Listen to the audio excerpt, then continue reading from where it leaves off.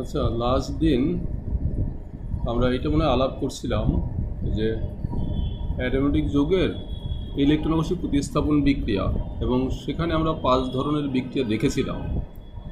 একটা ছিল হ্যালোজেনেশন, এটা আমি বুঝিয়ে দিয়েছিলাম যে এই হ্যালোজেনেশন বলতে আমরা কি বলছিলাম, যে বেনজিনের সাথে হ্যালোজেনের বিক্রিয়া ফেরিক ক্লোরাইড বা অ্যালুমিনিয়াম ক্লোরাইডের উপস্থিতিতে ফলে তৈরি হয়েছে হ্যালোবেনজিন। এবং এটা কৌশল আলাপ করছিলাম, যে কৌশলের ক্ষেত্রে আমরা দেখেছিলাম যে 3টা স্টেপে ঘটে। প্রথমে ইলেকট্রন আকর্ষী বিকারক, তারপর হলো কার্বোক্যাটায়ন তৈরি হয়, তারপর হলো প্রোটন অপসারণ। এবং প্রত্যেকটা ইলেকট্রন প্রতিস্থাপন বিক্রিয়ার কৌশলে একই নিয়ম তারা অনুসরণ করে। তো আমি আমাদের যে প্রথম যে কাজটা মানে আমাদের জানতে হবে সেটা হলো ইলেকট্রন আকর্ষী বিকারক গঠন। মানে এক একটা বিক্রিয়ার ক্ষেত্রে এক এক ধরনের ইলেকট্রন আকর্ষী বিকারক গঠিত হয়। ইলেকট্রন আকর্ষী বিকারক মানে হলো যারা ইলেকট্রনকে আকর্ষণ করবে, অর্থাৎ যার ইলেকট্রনের অভাব আছে, মানে হলো যেটা ধনাত্মক ধর্মী। তো আমরা হ্যালোজেনেশন গত ক্লাসে আলাপ করেছিলাম। নাইট্রেশন, তোমরা কি পারছো সবাই? নাইট্রেশন, এই হলো নাইট্রেশনের বিক্রিয়া। তো এর কৌশলটা কীভাবে হবে? কৌশল, hello, No, sir hydrochloric nitric গ্যাসের স্যার সালফিউরিক গ্যাসের উপস্থিতি স্যার ভেঙে গিয়ে স্যার নাইট্রিক NO2 উৎপন্ন করবে, আর এটা প্লাস থাকবে। তারপর সেটা বেনজিনকে আক্রমণ করবে। বেনজিনের মধ্যে স্যার পাই ইলেকট্রন সঞ্চরণশীল পাই ইলেকট্রন থাকার কারণে এই NO2টাকে নিজের কার্বনের বন্ধনের সাথে যুক্ত করে ফেলবে। যুক্ত করে ফেলার জন্য স্যার পাই ইলেকট্রনটা NO2 দিকে চলে যাবে, কারণ এটা স্যার ইলেকট্রন কম আছে। কিন্তু একটা জায়গা থেকে স্যার ইলেকট্রন চলে যাওয়ার কারণে ওই জায়গায় স্যার পাই বন্ধনটা ভেঙে যাবে। তারপর ওই জায়গায় কার্বোক্যাটায়নের সৃষ্টি হবে। ওই কার্বোক্যাটায়নের স্যার ইলেকট্রন অভাব হওয়ার জন্য, ওই কার্বোক্যাটায়নের ইলেকট্রন অভাব পূরণের জন্য অন্য একটা পাই বন্ধন ভেঙে এই যে ইলেকট্রন আসবে। তারপর যার জন্য যে জায়গা থেকে এই পাই ইলেকট্রনটা আসবে ওই জায়গার পাই বন্ধনটা ভেঙে ডাবল বন্ডে ভেঙে যাবে, আবার ওই জায়গায় প্লাস আয়ন সৃষ্টি হবে। এই ব্যবস্থা চক্রাকারে সবটা হতে থাকবে। তো হতে তো একটা পর্যায়ে স্যার এইচ হাইড্রোজেন যেটা ছিল এটা স্যার একটা একটা একটা ইলেকট্রন দান করে প্রোটন হিসেবে নির্গত হয়ে যাবে। আর যেহেতু এটা H প্লাস হিসেবে নির্গত হয়েছে, আর যখন আমরা সালফিউরিক অ্যাসিড আর নাইট্রিক অ্যাসিড বিক্রিয়ায় NO2 পাশাপাশি কিন্তু আমরা SO4 H প্লাস H মাইনাসও আমরা পেয়েছিলাম এটার সাথে। আর এখানে যেহেতু H প্লাস উৎপন্ন হচ্ছে, H প্লাস কি করবে, H প্লাস SO4 H মাইনাসের সাথে যুক্ত হয়ে সালফিউরিক অ্যাসিড উৎপন্ন করবে। এভাবে স্যার এই বিক্রিয়াটা সম্পন্ন হবে। আচ্ছা, তুমি বলছো এক এক শ্বাসে অনেক কিছু বলছো, ভালোই লাগছে আমার, একদম ধারা বলে গেছো। ওইখানে একটু কারেকশন তোমার দরকার আছে মনে হয়। সেই কারেকশনটা আমি একটু সেকেন্ড স্টেপটায় তুমি বলতে ভুল করছো, নইলে তুমি ভুল জানো, দুইটার একটা হবে। হয়তো বা তুমি জানো ঠিক বলছো ভুল, সেই জায়গাটা আমি একটু কারেকশন করে দেই। তুমি যে কথাটা বলছো এটা হলো, এটা তো ধাপ 1, আমি দ্বিতীয় ধাপ, এটা আমি লিখি না, দ্বিতীয় ধাপ। তো এখানে কি হয় মূলত, এই হাইড্রোজেন এখানে এখানে আসলো কে, এই এই NO2 তো ইলেকট্রন দরকার, এখানে আসে। এই ইলেকট্রনটা পেলো কোথায়? এ কিন্তু নিউট্রাল হয়ে গেল। পেলো এই যে এখানে যে ইলেকট্রন ঘুরতেছিল চতুর্দিকে, সে তার একটা ইলেকট্রন ধরেও টানছে, টেনে ও এটা নিউট্রাল হয়ে গেছে এবং সেটা বন্ধন করছে।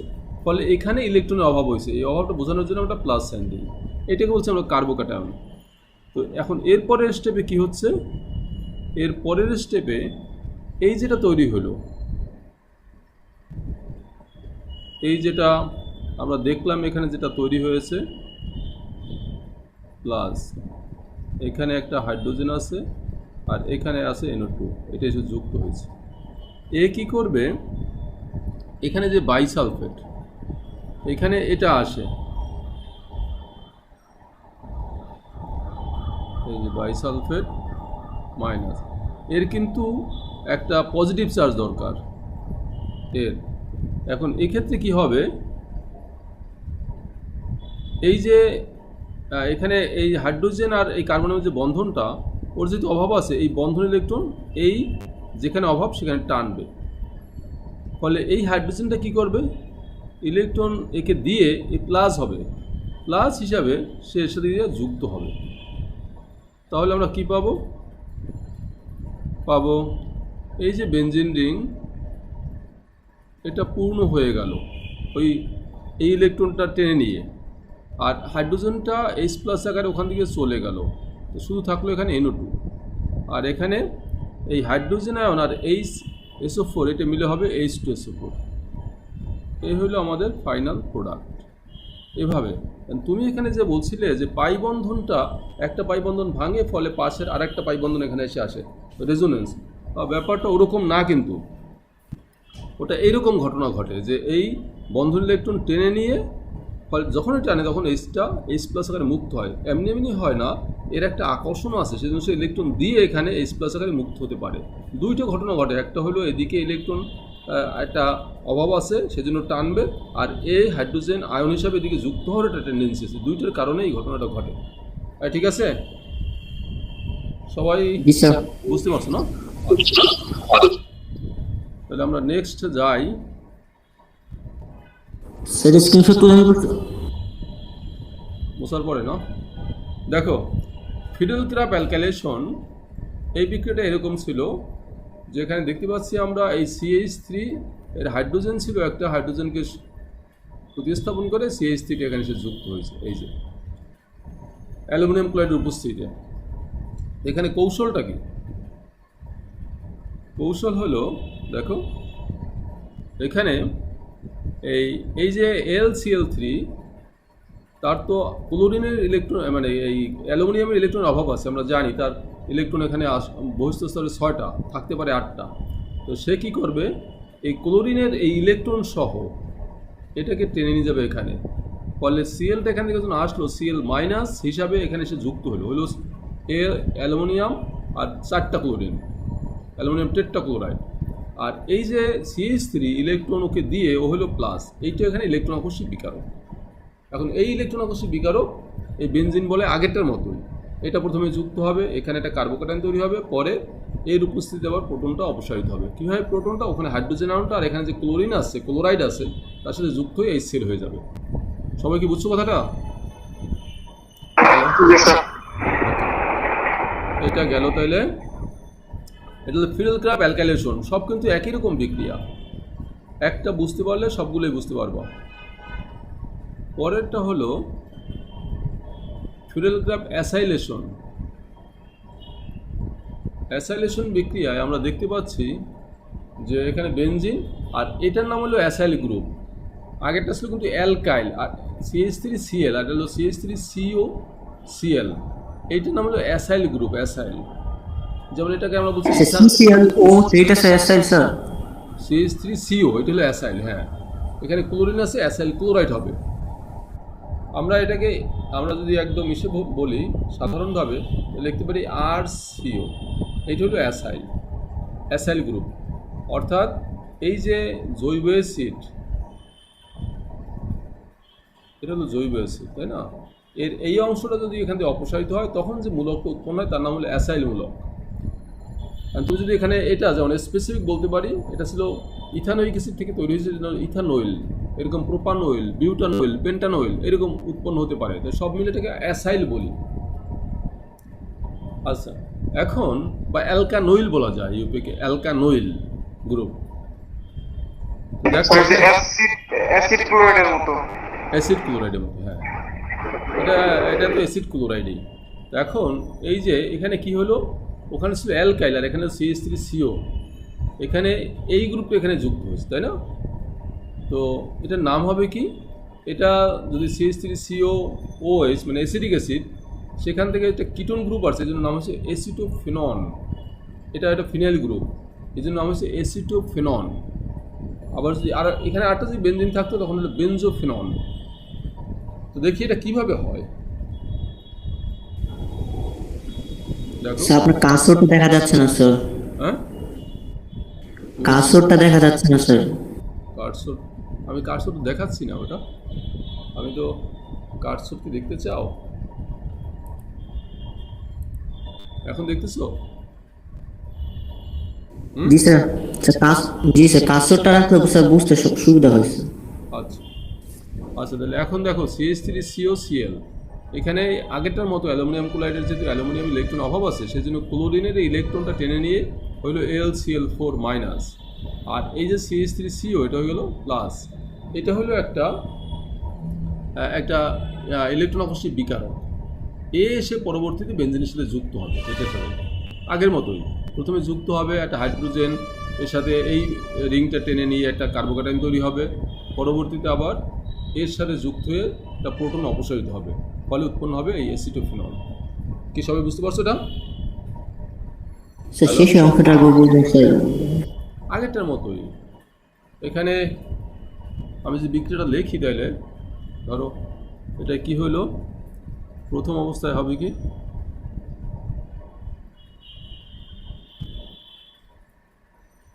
এখানে এই বেনজিন, এখানে হাইড্রোজেন আছে, এর সাথে আসবে ইলেকট্রন আকর্ষী বিকারক। এটা আমরা এভাবে লিখতে পারি, এই যে এটা একটা প্লাস সাইন, এটা হলো ইলেকট্রন আকর্ষী বিকারক। এখন এসে কি করবে, এই সংশ্লেষশীল ইলেকট্রনকে সে টানবে, টেনে কি হবে, এখানে এইটা হলো হাইড্রোজেন,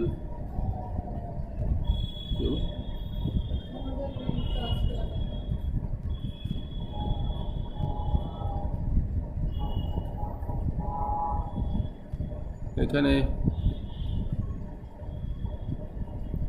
এটা প্লাস, আর এখানে আসলো এটা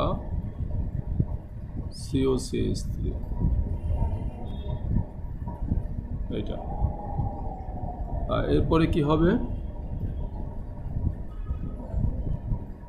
এটা আবার লিখি,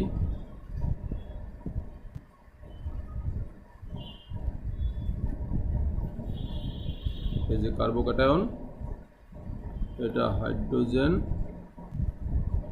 এটা COCH3, এখানে আসলো অ্যালুমিনিয়াম ক্লোরাইড, অ্যালুমিনিয়াম ও টেট্রাক্লোরাইড, এই যে মাইনাস। এখন কি হবে, এখানে এই বন্ডটা এই ভিতরে আসবে, ফলে এই সার্কেলটা কমপ্লিট হবে। আর এই হাইড্রোজেনটা কি করবে, এখানে যে ক্লোরাইড আছে তার সাথে যুক্ত হবে, ফলে আমরা ফাইনাল প্রোডাক্টটা কি পাবো,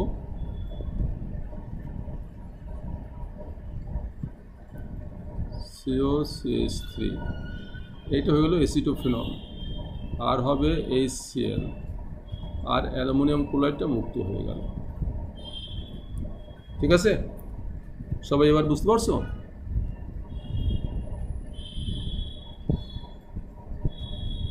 হ্যালো, জি স্যার। আচ্ছা, ওকে, নেক্সট আমরা দেখি তাহলে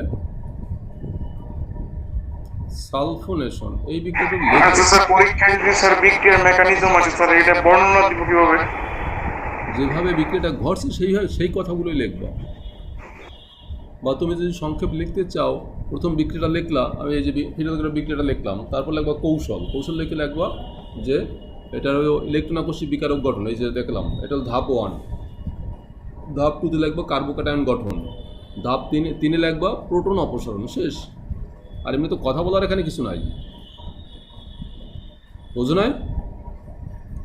হ্যাঁ স্যার, বুঝতে পারছি।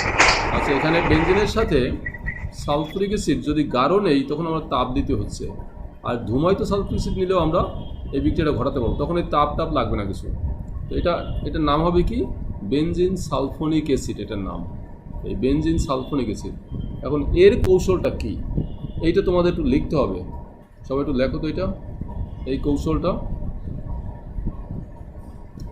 এখানে দেখো সালফুরিক অ্যাসিড ভেঙে একটা হচ্ছে সালফার ট্রাইঅক্সাইড, একটা হাইড্রোনিয়াম আয়ন, আর একটা হলো বাইসালফেট আয়ন। এখানে ইলেকট্রন আকর্ষী বিকারক কোনটা, এটা একটু মনে রাখতে হবে কিন্তু, ইলেকট্রন আকর্ষী বিকারক এখানে কোনটা? Hydronium ion. হ্যাঁ, যুক্তিতে তাই হয়, কিন্তু এখানে সালফার ট্রাইঅক্সাইড হইলো এখানে ইলেকট্রন আকর্ষী বিকারক, এটা হলো নিরপেক্ষ ইলেকট্রন আকর্ষী বিকারক। ঠিক আছে, এই জন্য আমরা একটু দেখি এটা কি হয় আসলে। এখানে একটা ধাপ বেশি ঘটে, তো আমরা এটা তো লেখা লাগবে না, এটা তো বুঝতে পারছো না, আমি পরের ধাপগুলো দেখাতে চাই, সবাই তো মনে থাকবে এটা। বা এটা আমরা দেখাইতে পারি যেটা কিভাবে ঘটলো। দেখো, যদি এটা দেখতে চাও একটু,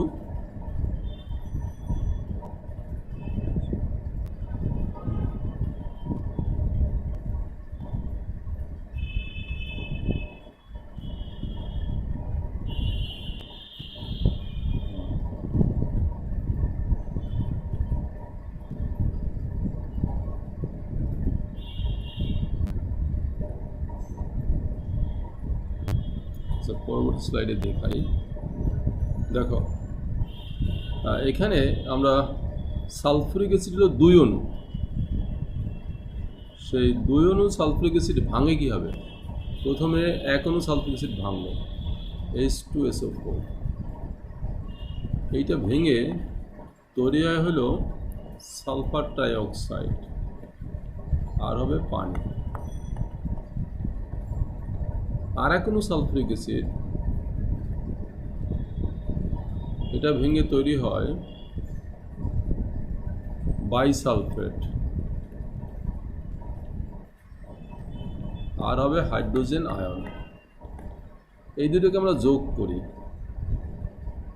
এখানে পাচ্ছি আমরা 2 অণু সালফুরিক অ্যাসিড, আর এখানে পাবো আমরা সালফার ট্রাইঅক্সাইড প্লাস বাইসালফেট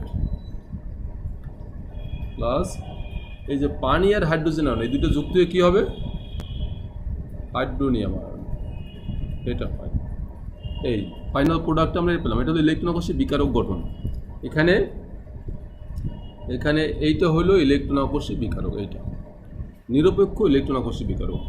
এখন এ কী কাজ করে? প্রথমে দেখো, এটা ইলেকট্রন আকর্ষী বিকারক তো হয়ে গেল, পরের ধাপে কি করবে সে? পরের ধাপে এই যে বেনজিন আগের মতো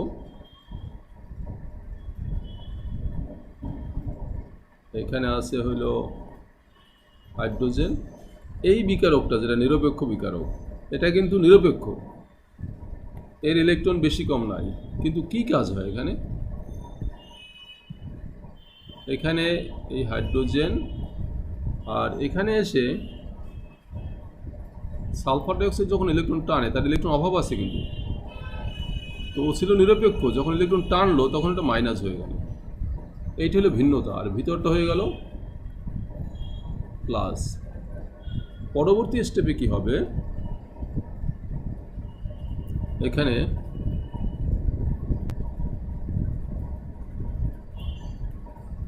এইটা আবার আসলো, এখানে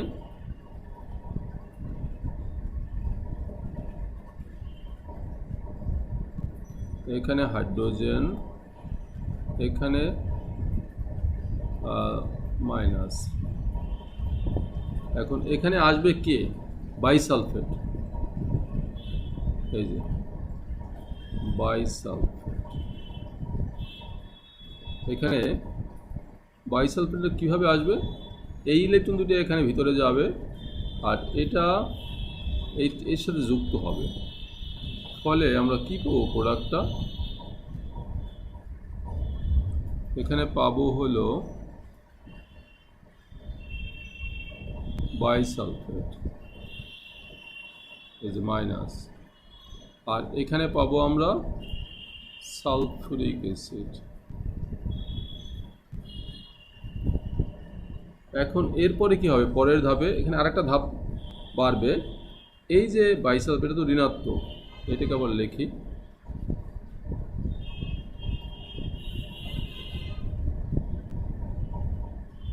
এখানে SO3 মাইনাস, আর এখানে আসবে হলো এই যে হাইড্রোনিয়াম আয়ন তৈরি হয়েছিল, এই আসবে H3O প্লাস, তখন এই হাইড্রোজেন আয়নটা এখানে এসে যুক্ত হবে,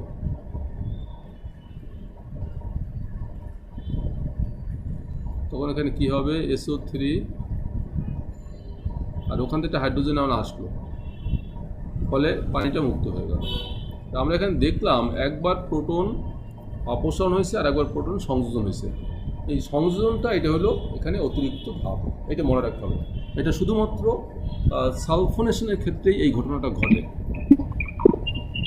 স্যার, হ্যাঁ বলো। আচ্ছা, ওখানে হাইড্রোনিয়াম আয়ন গঠন না হয়েছে, খালি হাইড্রোজেন মানে আয়নটা আলাদা থাকে এবং পানিতে আলাদা থাকতে পারতো না? আচ্ছা, এটা কখনো হয় না। হাইড্রোজেন আয়ন এর হলো ইলেকট্রনের অভাব আছে, আর পানির হলো মুক্ত ওজন ইলেকট্রন আছে। সুতরাং দ্রবণে পানির মধ্যে যদি হাইড্রোজেন আয়ন থাকে, তুমি কখনো হাইড্রোজেন আয়ন হিসাবে পাবে না।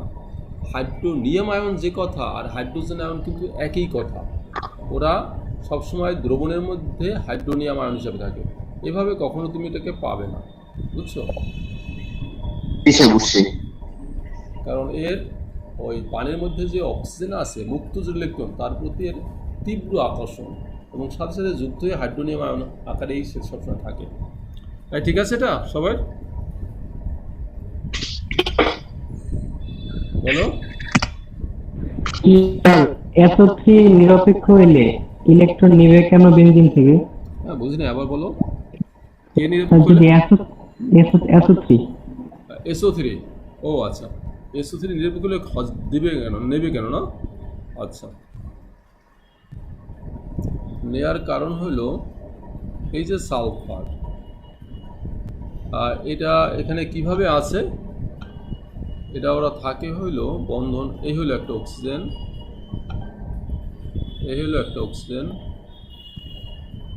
এইটা হলো অক্সিজেন।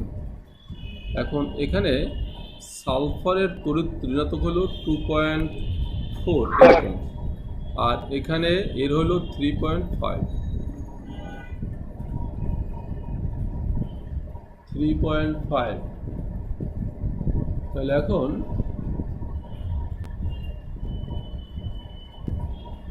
তো এত বেশি হওয়ার কারণে এর সালফার এই বন্ধন ইলেকট্রনটা কোন দিকে টানবে? এদিকে টানবে, তাই না? এদিকে টানবে, এদিকে টানবে, ফলে এগুলোর মাইনাস হবে, আর এটা হবে কি তখন প্লাস।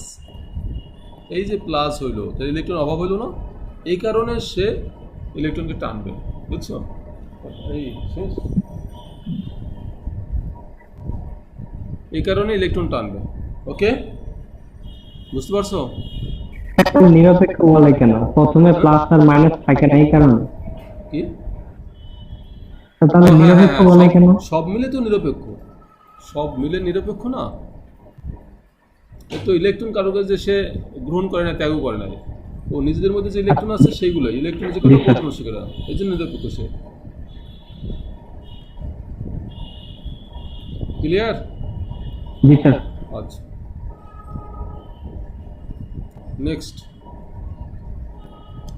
কেন্দ্রাকর্ষী প্রতিস্থাপন বিক্রিয়া। দেখো, তো আমাদের একটা শেষ না, ইলেকট্রন প্রতিস্থাপন বিক্রিয়া খুব ইম্পর্টেন্ট একটা টপিক শেষ করলাম। এখন আসছি আমরা কেন্দ্রাকর্ষী প্রতিস্থাপন বিক্রিয়া, যে কেন্দ্রকে আকর্ষণ করে না। কেন্দ্রকে আকর্ষণ করবে কে? যাদের ইলেকট্রন বেশি আছে, তাই তো? কেন্দ্র মানে কি? প্রোটন না? প্রোটনকে আকর্ষণ করবে যার ইলেকট্রন বেশি আছে। সেজন্য সাধারণত ঋণাত্মক আয়নগুলো হয় কেন্দ্রাকর্ষী বিকারক। এখন এই কেন্দ্রাকর্ষী বিকারক দুই ধরনের হতে পারে, একটা হলো একাণবিক, একটা হলো দ্বিআণবিক। দুইটা কৌশলে এরা ঘটাতে পারে। তো আমি সেটা লিখছি, একটার নাম হলো SN1। SN1 মানে হলো, এই SN1 দ্বারা কী বোঝায় দেখো, SN1 হলো হ্যাঁ, এস হইল সাবস্টিটিউশন, সাবস্টিটিউশন, আর এন হইল নিউক্লিওফিলিক।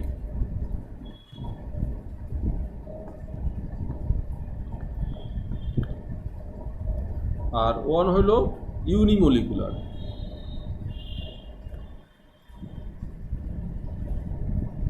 ইউনিমলিকুলার সাবস্টিটিউশন, নিউক্লিওফিলিক, ইউনিমলিকুলার মেকানিজম, মানে এই কৌশল এই হলো। এখন এই সাবস্টিটিউশন মানে প্রতিস্থাপন, এটা হলো প্রতিস্থাপন। নিউক্লিওফিলিক মানে কেন্দ্রাকর্ষী, আর ইউনিমলিকুলার মানে একাণবিক। এই জন্য বলা হয়েছে একাণবিক কেন্দ্রাকর্ষী প্রতিস্থাপন। এটার নাম হলো SN1 হিসেবেই আমরা জানবো, বুঝছো? তো এখন এর বৈশিষ্ট্য কি? এর মূলত বৈশিষ্ট্য হলো, দেখো সংজ্ঞার মধ্যে আছে, একটিমাত্র বিক্রিয়কের ঘনমাত্রার উপর কোনো কেন্দ্রাকর্ষী প্রতিস্থাপন বিক্রিয়ার গতি নির্ভরশীল হলে এরূপ বিক্রিয়াকে একাণবিক কেন্দ্রাকর্ষী প্রতিস্থাপন বিক্রিয়া বলা হয়। যেমন ধরো, আমি একটা সাধারণ উদাহরণ দেই, R X plus potassium hydroxide aqua. কারণ অ্যালকোহলিক হলে আবার ভিন্ন প্রোডাক্ট হয়ে যাবে, তৈরি হয় R OH plus potassium halide. এটা আমরা জানি সবাই। এখানে মূলত কি হয়েছে দেখো, এখানে এক্সটা এই ওএইচ দ্বারা প্রতিস্থাপিত হয়েছে, তাই না? এই জন্য এটা প্রতিস্থাপন বিক্রিয়া। কিন্তু এই প্রতিস্থাপন বিক্রিয়া কী ধরনের প্রতিস্থাপন? এখানে এক্সটা হলো মাইনাস, মাইনাস মানে কি কেন্দ্রাকর্ষী, ঠিক না? সেই জন্য আমরা এই ওএইচ দ্বারা এটা যদি প্রতিস্থাপিত, সেই জন্য নাম হয়েছে কেন্দ্রাকর্ষী প্রতিস্থাপন। হ্যালো, এই কার জন্য মাইকে একটু সাউন্ড হচ্ছে? তোমার কারোর মাইক মনে হয় ওপেন করা আছে, মিউট করে রাখো, হালকা একটু সাউন্ড হচ্ছে।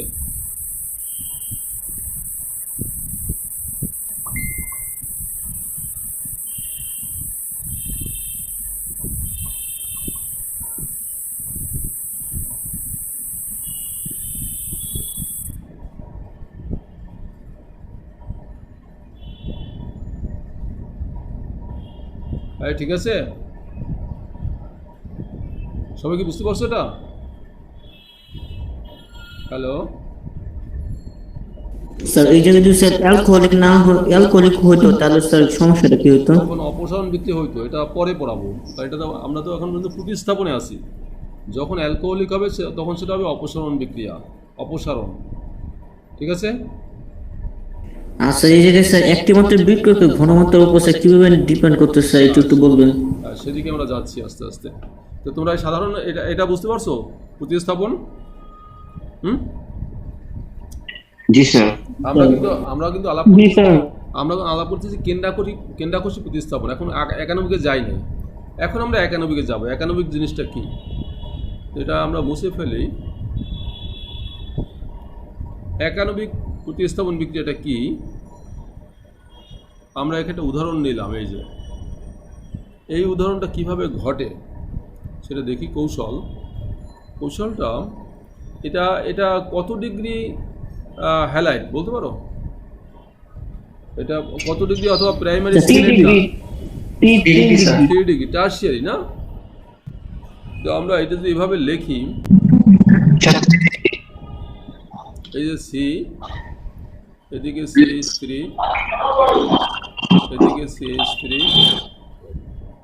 এদিকে CH3, এদিকে Cl প্লাস আমরা লিখবো এখানে এই যে কিওইসটা মূলত হলো, আচ্ছা এটা আমরা এটা লিখলাম না, প্লাস 1।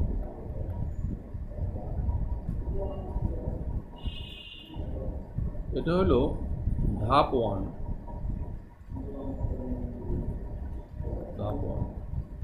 ধাপ 1-এ কি হবে, এটা একটা তৈরি হবে কার্বোক্যাটায়ন।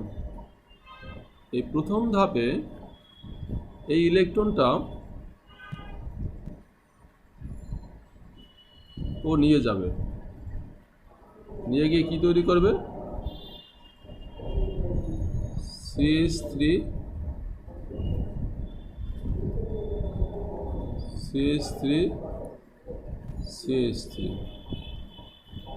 আর এই ইলেকট্রন চলে যাওয়ার কারণে ক্লোরিন ইলেকট্রন যে নিয়ে গেল, ফলে এটা একটা প্লাস সাইন হবে। এটার নাম কার্বোক্যাটায়ন। আর এখানে ক্লোরিনটা ক্লোরাইড আকারে মুক্ত হয়ে গেল। পরবর্তী ধাপে কি হবে, এখানে হলো ওই কেন্দ্রাকর্ষী বিকারক তার সংযোজন, মানে এটা তো উৎপন্ন যেটা হয়েছে ওটা আমরা রাখি এখানে CH3 এইটা, আর এখানে আসলে OH মাইনাস। এখানে কি হবে, CH3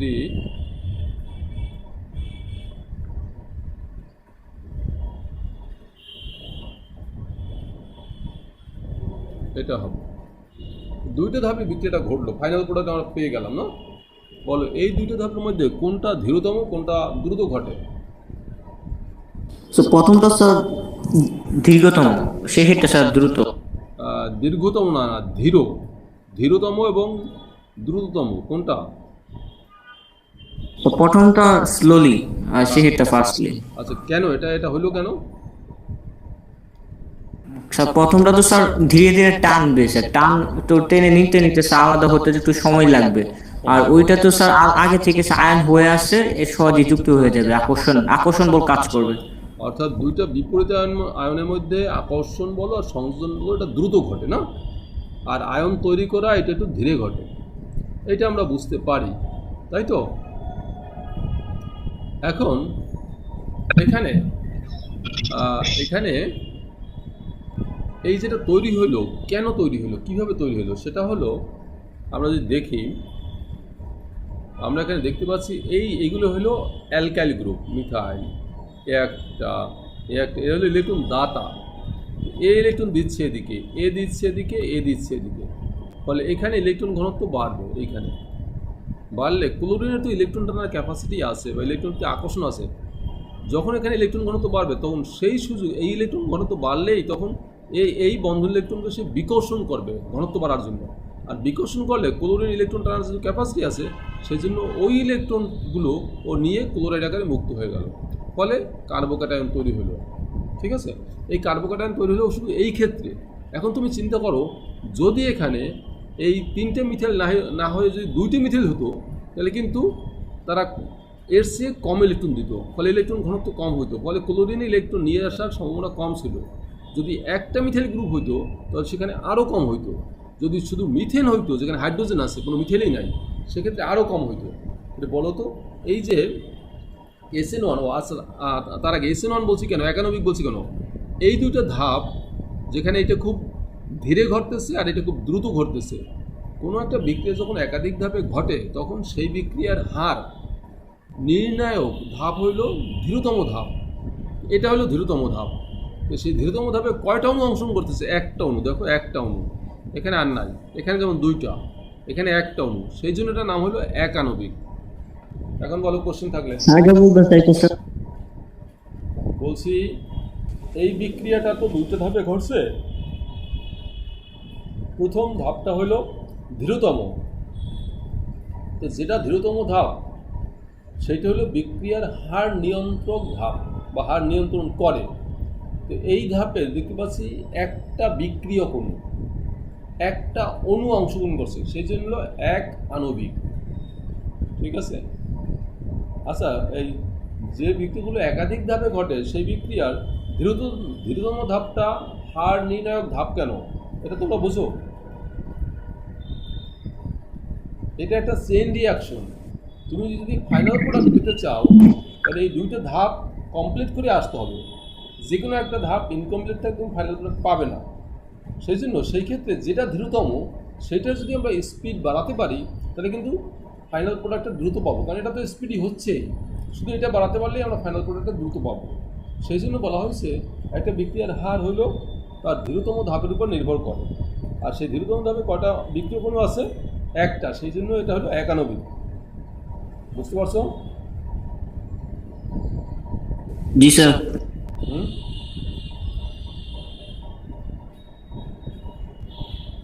ঠিক আছে,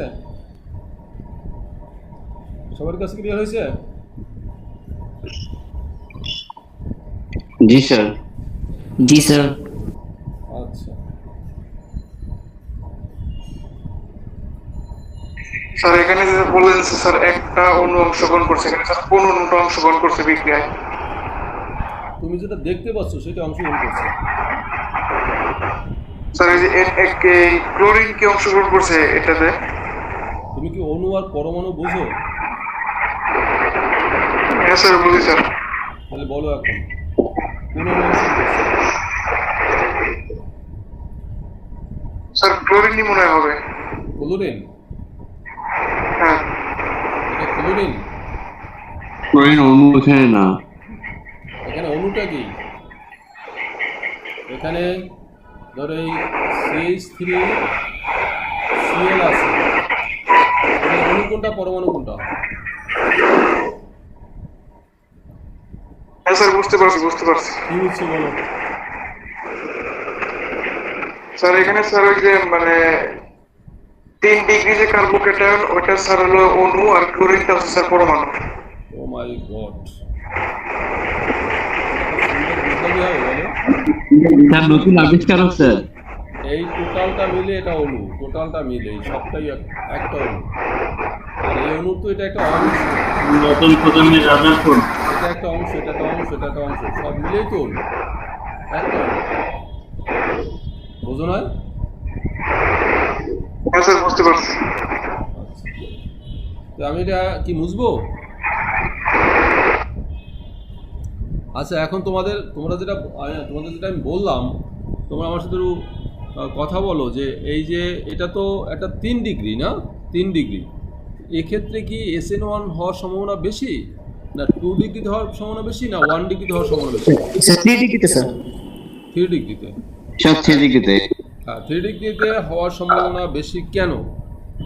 তোমরা আমি একটু দেখি, এখানে 3 ডিগ্রি লিখি, তো সেটা হচ্ছে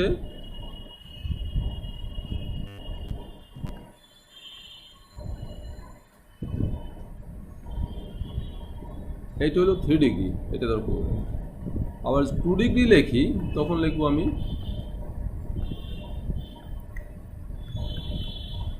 এদিকে ধরো হাইড্রোজেন আর এদিকে সিএন। আবার যদি 1 ডিগ্রি লিখি,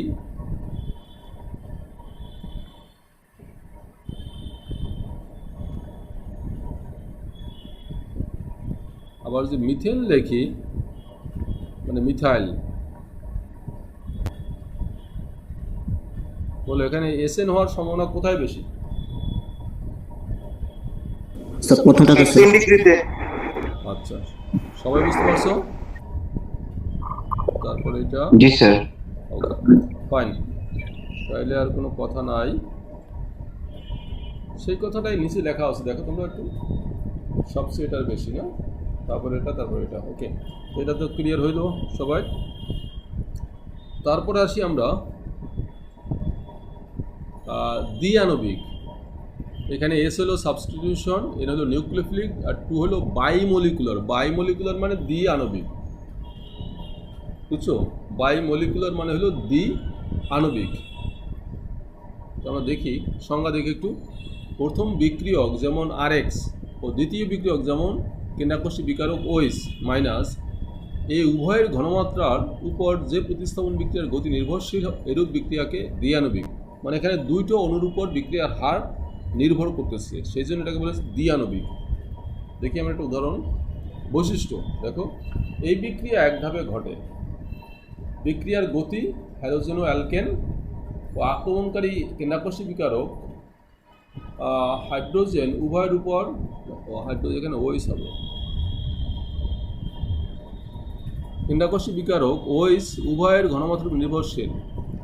1 ডিগ্রি হ্যালাইডের ক্ষেত্রে SN2 বিক্রিয়া সহজে ঘটে, এক্ষেত্রে বিক্রিয়াটা দ্বিতীয় ক্রম হয়ে থাকে। আচ্ছা, আমরা একটা উদাহরণ নিয়ে কথা বলি কৌশলে। স্যার দ্বিতীয় ক্রম মানে কি? যে বিক্রিয়ার হার দুইটা অণুর উপর নির্ভর করে তাকে বলা হয় দ্বিআণবিক। যে বিক্রিয়ার হার দুইটা অণুর উপর নির্ভর করে। আমরা একটা উদাহরণ নিই কৌশলের ক্ষেত্রে। উদাহরণ ধরো আমরা নিলাম এখানে C, এদিকে হাইড্রোজেন, এদিকে হাইড্রোজেন, এদিকে হাইড্রোজেন, এদিকে হলো হ্যালোজেন, মানে ক্লোরিন।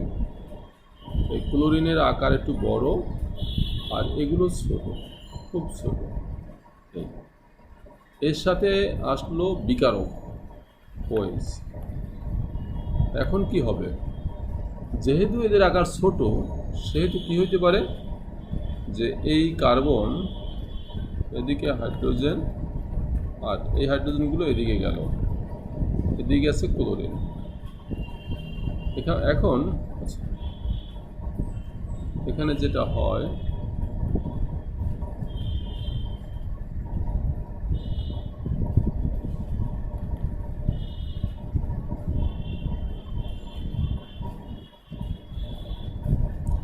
এই হলো ক্লোরিন, আর এদিকে হলো OH।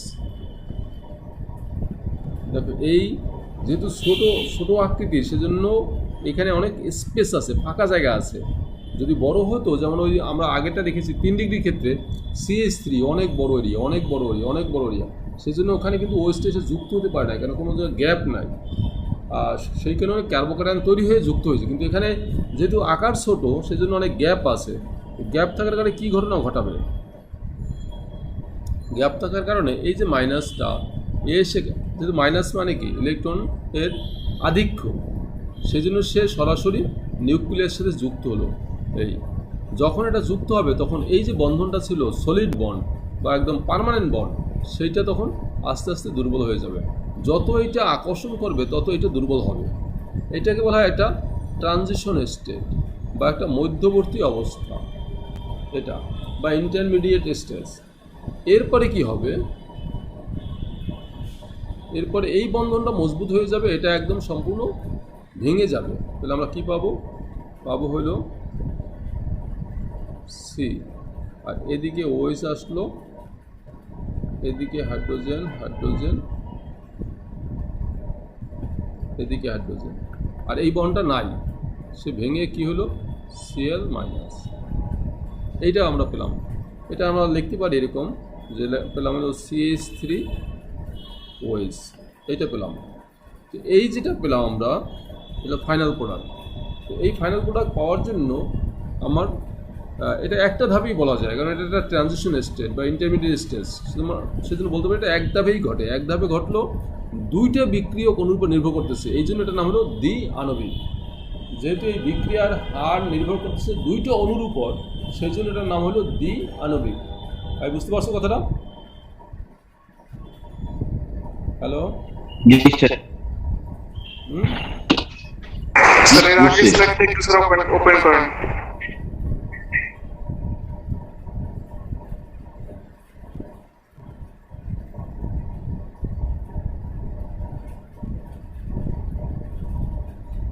হ্যাঁ স্যার হয়েছে। বুঝছো? হ্যাঁ স্যার। ঠিক আছে, তাহলে The transition পর্যায়ে স্যার, তো ওই আগমনের কারণ কি স্যার? H2 স্যার নিচে এসে বসে হ্যাঁ, ট্রানজিশন মধ্যবর্তী পর্যায়ে স্যার OH আগমনের জন্য কি স্যার H2টা নিচে এসে বসে? ও হ্যাঁ, ওই মানে একটু যেহেতু এটা আসলে এই এটা তো তুমি দ্বিমাত্রিক দেখতেছো, আসলে ত্রিমাত্রিকভাবে চিন্তা করলে ব্যাপারটা অন্যরকম হবে না। আমরা দ্বিমাত্রিকভাবে এরকম আছি, ওরা তো এইভাবে ত্রিমাত্রিকভাবে এরকম থাকে না। এখন ওয়েস্টে যখন আসবে তখন তো এই বন্ডের উপর তো একটা সে প্রেশার দেবে, যেটা কাছাকাছি বন্ড, সেই জন্য সেটা দূরে সরে গেল, আর কিছু না। ঠিক আছে?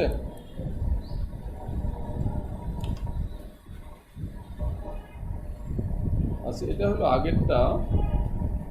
এই যে এই বিক্রিয়া SN2, সেখানে সবচেয়ে বেশি হবে CH3X, তারপর 1 ডিগ্রি, তারপর 2 ডিগ্রি, তারপর 3 ডিগ্রি। SN1-এর ঠিক বিপরীত ঘটনা। মুক্তমূলক প্রতিস্থাপন, দেখো তো এটা পরিচিত কিনা, এটা পারো কিনা?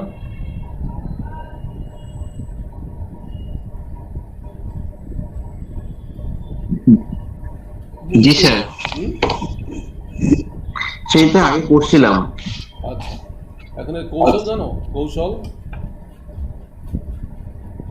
এটা প্রতিস্থাপন কিন্তু মুক্তমূলক।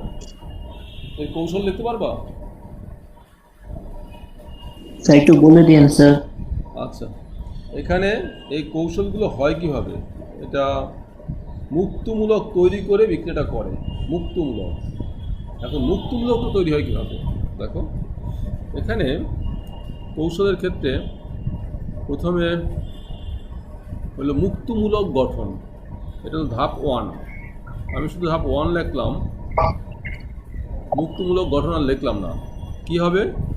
এই যে ক্লোরিন আর এই ক্লোরিন, এই যে ভাঙে যদি উৎপন্ন হবে, হ্যাঁ, এখানে এই যে এখানটা বন্ধন আছে না, এই বন্ধন ইলেকট্রন এটা সুষমভাবে ভাঙবে এইখান দিয়ে। ফলে একটা ইলেকট্রন এখানে যাবে, একটা ইলেকট্রন এখানে যাবে। আমরা কি পাবো? ক্লোরিন মুক্তমূলক। এই ক্লোরিন মুক্তমূলক পেলাম। এরপরে ধাপে কি হবে?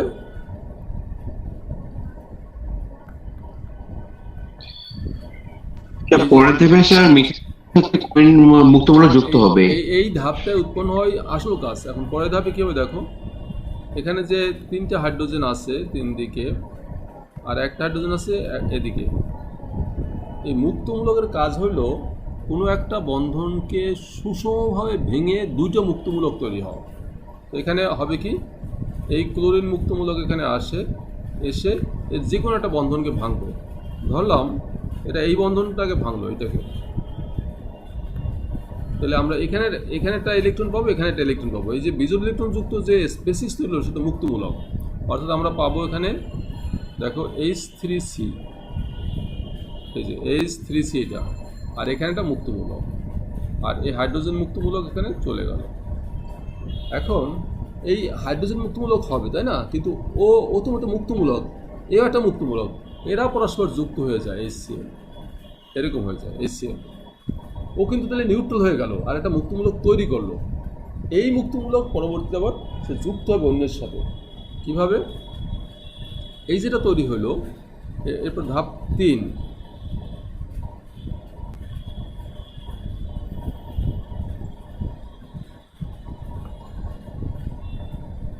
ধাপ 3-এ এই যে CH3, ধরো CH3, আমরা H3C বা CH3 লিখতে পারি। এ কী করবে, এ একটা ক্লোরিনকে আবার গিয়ে অ্যাটাক করবে, এই যে যেটা একদম ক্লোরিন আকারে আছে, এইটাকে ভাঙবে, সে 2টো মুক্তমূলক তৈরি করবে, একটা মুক্তমূলক সাথেও যুক্ত হবে। তাই আমরা পাবো কি CH3Cl, আর এই ক্লোরিন মুক্তমূলক তৈরি হলো, তৈরি এসে সে আবার কাউকে অ্যাটাক করতে পারবে। তো ফাইনালি আমরা দেখো এই 2টা ধাপ মিলে আমরা দেখলাম যে একটা হাইড্রোজেন একটা ক্লোরিন দ্বারা প্রতিস্থাপিত হয়ে এই প্রোডাক্টটা পেলাম, 2টা ধাপ মিলে। তো এখানে আছে 4টা হাইড্রোজেন, 4টা হাইড্রোজেন প্রতিস্থাপন করার জন্য এরকম আমার 8টা ধাপ লাগবে, কারণ 2টা ধাপ মিলিয়ে একটা হাইড্রোজেন, এরকম 8, তাহলে 4টা হাইড্রোজেনকে প্রতিস্থাপন করার জন্য 8টা ধাপ লাগবে। বুঝতে পারছো কথাটা? এখন পরীক্ষার সময় 8টা ধাপ লেখা আমার পক্ষে কষ্টকর, সেই জন্য আমি এই 2টা ধাপ দেখিয়ে বলবো যে এভাবে মিথেনের সকল হাইড্রোজেন ক্লোরিন দ্বারা প্রতিস্থাপিত হয়। বুঝছো? এই যে এটা হলো সূচনা ধাপ, এটা হলো সূচনা। এই যে ক্লোরিন মুক্তমূলক তৈরি হলো, সূচনা করলো, আর এটার নাম হলো বিস্তার। আর এই এখন যেটা লিখলাম এটা হলো সমাপ্তি। সমাপ্তি ধাপটা কি? যদি কোনো কারণে 2টা মুক্তমূলক পাশাপাশি এসে যায়, ধরো এই একটা আর এই একটা, তখন এই 2টা মূলক পরস্পর যুক্ত হয়ে তৈরি হতে পারে CH3 এরকম। আবার এই একটা মুক্তমূলকের সাথে একটা ক্লোরিন যুক্ত হয়ে, এই যে যদি 2টো মুক্তমূলক যুক্ত হয়, এর একটা আর একটা ক্লোরিন, তখন হবে CH3Cl। এরকম যদি কোনো কারণে 2টো মুক্তমূলক পরস্পর যুক্ত হয়ে যায়, তখনই ওই ধাপটা শেষ। এই জন্য এটার নাম হলো সমাপ্তি ধাপ। আর ঠিক আছে, এইটা হলো মুক্তমূলক প্রতিস্থাপন বিক্রিয়া। বুঝতে পারছো? জি স্যার, বুঝছি। আচ্ছা, এখন তোমরা একটু বলো তো, এখানে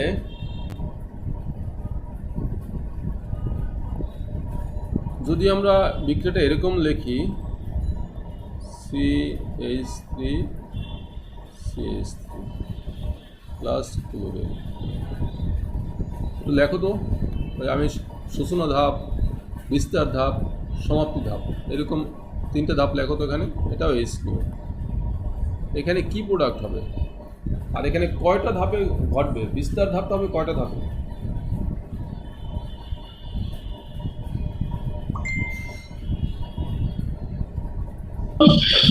স্যার বিস্তার ধাপ পাওয়া যাবে। হ্যাঁ বলো। স্যার বিস্তার হবে পাওয়া যাবে কি? 20টা 12 ধাপে হবে। 12টা বিস্তার হবে, 12টা না? আর সমাপ্তি ধাপটা অনেকগুলো হইতে পারে, আর সমাপ্তি ধাপটা অনেকগুলো হতে পারে, কিন্তু বিস্তার 12টা হবে। সবাই কি বুঝতে পারছো কথাটা? হ্যালো, আচ্ছা এখন কি আসলো বলো তো? স্যার সমাপ্তি ধাপটা বেশি হয় কিভাবে স্যার? হ্যাঁ, স্যার সমাপ্তির ধাপে তো স্যার CH3 সাথে আরেকটা CH3 যুক্ত হলে স্যার সমাপ্তি যতবার হয়ে যাবে। যতবার মুক্তমূলক তৈরি হবে সবগুলোই যুক্ত হতে পারে, বুঝছো? এখানে যতবার ই হবে ততবারই যুক্ত হতে পারবে।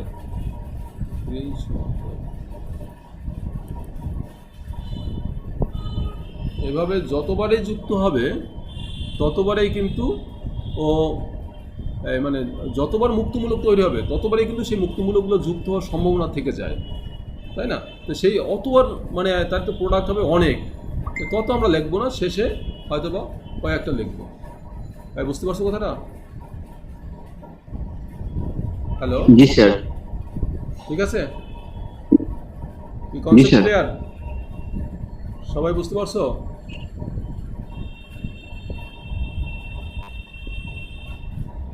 কয়েকজনে স্যার একটু লিখে দিবেন স্যার। হ্যাঁ,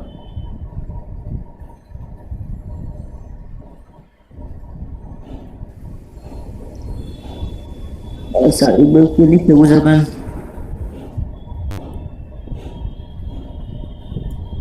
আমি যে কথাটা বলছি সেটা হলো,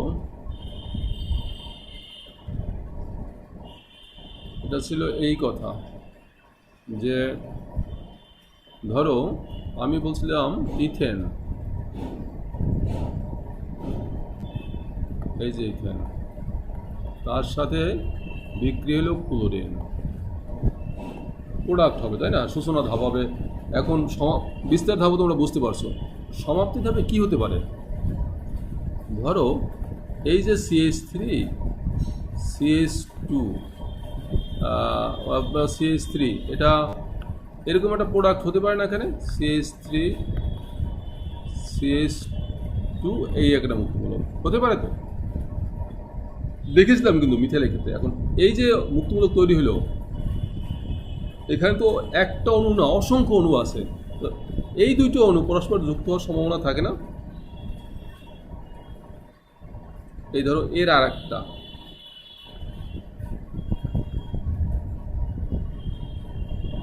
এরা পরস্পর যুক্ত হলো,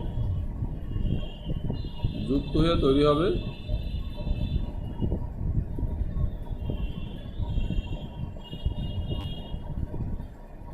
CH3।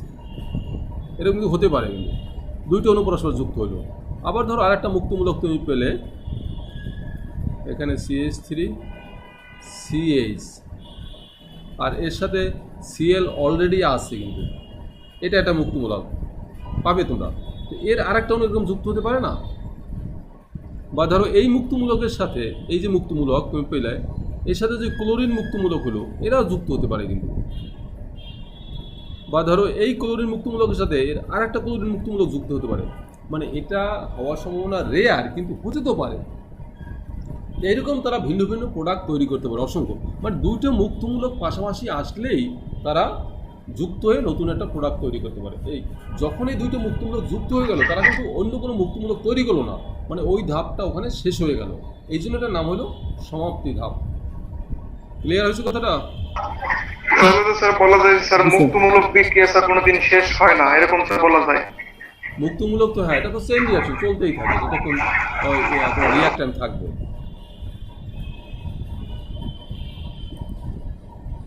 আচ্ছা, এটা গেল। তারপর হলো আমাদের মুক্তমূলক প্রতিস্থাপন গেল না? একটা সৃজনশীল প্রশ্ন দেখো তো। C4H9Br যৌগটি অ্যালকোহলিক নয়, এটা পারবে না, এটা আর অপসারণ বিক্রিয়া লাগবে করানো, অপসারণ বিক্রিয়া করানোর পর পারবে। আচ্ছা, অপসারণ বিক্রিয়াটা আমি একটু বলি তাহলে। তোমাদের কি ক্লাস আছে নাকি আজকে? হ্যালো, জি স্যার, আরেকটা ছিল। হ্যাঁ জি স্যার, একটা প্রাইভেট ছিল। কোন স্যার? হ্যালো, তুমি কি রাখবো এখন? স্যার আরেকটা প্রাইভেট। জি স্যার, কোন আজকে স্যার? থাক স্যার। আচ্ছা ঠিক আছে, থাক আজকে। অভিজিৎ কোন স্যার প্রাইভেট আছে আরেকটা? এটা আমাদের পঞ্চগড়ে স্বপন স্যার নাম আইসিটি। ঠিক কোন আছে, বিষয়? আজকে তাহলে এটা থাক। আমাদের অল্প একটু বিক্রিয়া, অল্প একটু অংশ বাকি আছে, এবং আগামী ক্লাসে আমরা সেই বিক্রিয়া অংশটুকু এবং সৃজনশীল কোশ্চেন নিয়ে আলাপ করবো বেশ কয়েকটা। সৃজনশীল কোশ্চেন নিয়ে ওই ক্লাসটায় বেশি আলাপ করবো, ঠিক আছে? সেভাবে তোমরা একটু যা পড়ছো একটু জ্ঞানটা নিয়ে আইসো, নাহলে আলাপ করা একটু মুশকিল হয়ে যাবে।